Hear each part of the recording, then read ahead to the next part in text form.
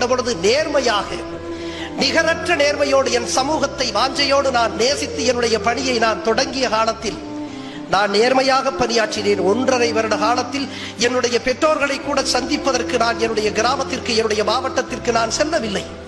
அவ்வளவு அர்ப்பணிப்போடு அவ்வளவு நேர்மையோடு எனக்கு கிடைத்திருக்கக்கூடிய அதிகாரம் என் சமூகத்திலிருந்து கிடைத்த அதிகாரம், நான் பெற்றிருக்கக்கூடிய அதிகாரம் என் மக்களிடத்திலிருந்து பெற்ற அதிகாரம்.